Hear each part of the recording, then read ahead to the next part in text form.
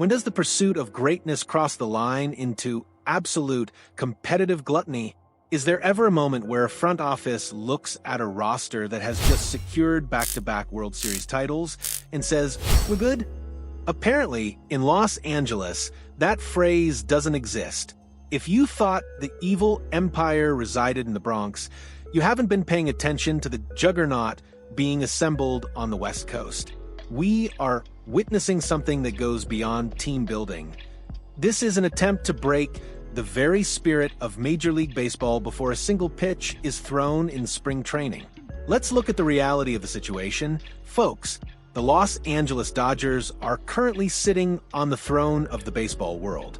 They have the rings to prove it. 2 consecutive championships in 2024 and 2025. Most franchises, after a run like that, enter a phase of maintenance. They might lose a key piece to free agency, or perhaps they look to trim the payroll slightly to reset the luxury tax penalties. Not this team. Instead of resting on their laurels, they went out and signed Kyle Tucker, one of the premier left-handed bats in the game, and Edwin Diaz, the electric closer, to shore up the back end of the bullpen. That alone would be an A-plus offseason for any other team. But now, reports are surfacing that they are aggressively pursuing Milwaukee Brewers ace Freddy Peralta. This isn't just a trade rumor, it's a statement of intent that should terrify every other general manager in the National League. We are talking about a team looking to add a 2-time All-Star coming off a sparkling 2.70 ERA season to a rotation that already features Shohei Ohtani, Yoshinobu Yamamoto, and Tyler Glasnow. It begs the question, is this about need, or is this about hoarding talent so no one else can have it? Historically, we can compare this to the Yankees of the late 90s, but even then, the financial disparity wasn't utilized with this level of surgical precision regarding depth. The Dodgers aren't just buying stars, they are buying insurance policies that would be number 1 starters on 20 other teams. The emotional toll this takes on the rest of the league cannot be overstated. Imagine being a fan of the Padres, the Giants, or the Diamondbacks right now. You wake up, check the news, and see that the team that has dominated you for a decade is trying to acquire another frontline starter. It creates a psychological deficit. It sends a message that the regular season is merely a formality. However, we have to look at the motivation here. Why, after winning everything twice in a row, is the hunger still this ravenous? It speaks to an organizational philosophy that views stagnation as death. In the modern sports landscape, if you aren't getting better, you're getting worse. The Dodgers realize that the target on their back has never been larger. Every team plays them like it's Game 7 of the World Series. To combat that consistent intensity, they need a roster that is immune to slumps, immune to fatigue, and frankly unfair. Pursuing Freddy Peralta is the ultimate flex. It's the baseball equivalent of holding a royal flush and asking the dealer for another card just to see what happens. It is bold, it is arrogant, and it is undeniably brilliant. But is it good for the sport? That depends on which side of the rivalry you sit on. The fragility of giants. Why pitching depth is the only currency that matters. Let's cut through the hype and look at the cold, hard data. Why do the Dodgers feel this is necessary? On paper, their rotation is a fantasy draft come to life. But the game isn't played on paper, and it certainly isn't played in a vacuum where ligaments and tendons are made of steel.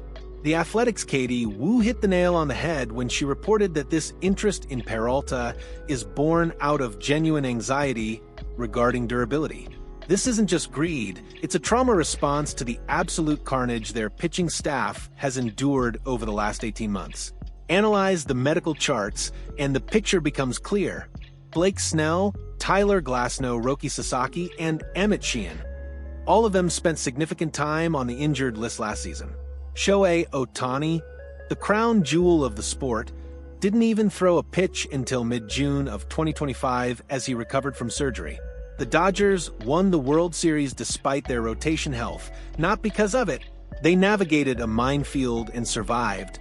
But smart executives don't bet on surviving a minefield 3 years in a row. They build a bridge over it. That bridge is Freddy Peralta. Manager Dave Roberts has already hinted at a six-man rotation or a hybrid system to start the season. This is the new Moneyball. It's not about on-base percentage anymore, it's about innings management and load management. By adding Peralta, the Dodgers aren't just adding a pitcher, they are buying rest for Yamamoto. They are buying a lower workload for Glasnow. They are purchasing the ability to skip a start for Ohtani without the quality of the product on the field dipping to a replacement level. But here is where the plot thickens the cost. The Milwaukee Brewers aren't a charity. They are a smart, small-market team that trades assets at peak value to remain competitive. They want MLB-ready starting pitching in return. And this is the terrifying part of the Dodgers machine.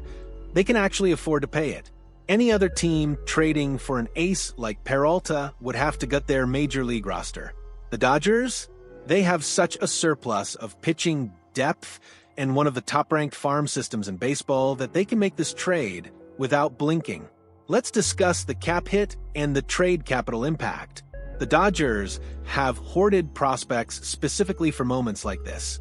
They can send a package of young, controllable arms, guys who would be starting for the White Sox or the Rockies tomorrow, to Milwaukee, and their big league roster doesn't lose a single ounce of production. It's a self-sustaining ecosystem of dominance. However, there is a risk here regarding chemistry. When you assemble a God squad, egos are involved.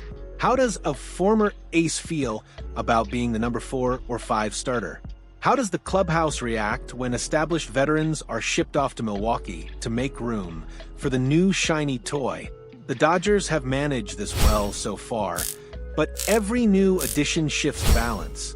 Yet, the front office seems to have calculated that the risk of a bruised ego is far less dangerous than the risk of a blown elbow in October. They are choosing talent over comfort every single time. This is a cold, calculated move to ensure that when October comes, they aren't scraping the bottom of the barrel for innings, they are deploying weapons. The three-peat horizon and the verdict on baseball's balance. So, what happens if this deal actually goes through? We need to project the future here, because the implications are seismic. If Freddy Peralta dons Dodger blue, we are looking at a potential rotation of Ohtani, Yamamoto, Snell, Glasnow, and Peralta. That is, without hyperbole, perhaps the greatest collection of raw pitching talent assembled in the 21st century. We are talking about a team that could realistically challenge the regular season win record of 116, simply because they will rarely face a pitching mismatch. But let's play devil's advocate. What if the trade falls apart? What if another team swoops in?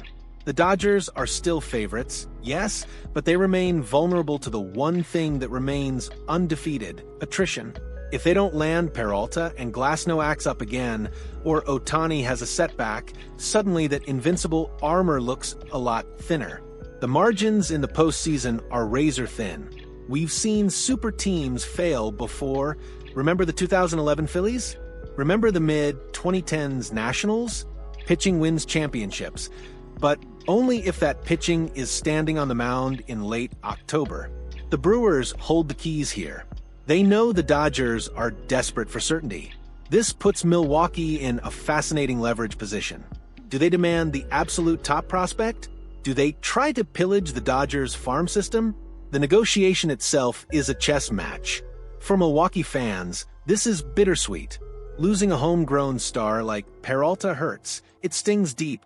But if they can turn him into 3 or 4 pieces that fuel the next 5 years of Brewers baseball, it's the smart play. It's the reality of the economic divide in the sport. For the Dodgers fans, let's be honest, you are living in a golden age. There is a euphoria in knowing your ownership group is committed to winning at all costs. But there is also pressure. Tremendous, suffocating pressure. A three-peat is historic. It puts you in the conversation with the early century Yankees. Anything less than a trophy with this roster is a catastrophic failure. Ultimately, this story is about more than just one player. It's about the philosophy of modern baseball. Are we moving toward a league where only 3 or 4 teams truly matter? If the Dodgers get Peralta, the gap between the haves and the have-nots widens into a canyon. And that leads me to a question I need you to answer. Is this good for the game? Do we want to see super teams that force everyone else to be perfect just to compete? Or does this level of dominance ruin the suspense of the season? I want to see your debates in the comments below. Are the Dodgers ruining baseball? Or are they simply operating at a level of excellence every other team should aspire to? Hit that like button if you appreciate the deep dive, and make sure you're subscribed, because if this trade breaks, we are going live immediately to break down the full return. Don't miss it.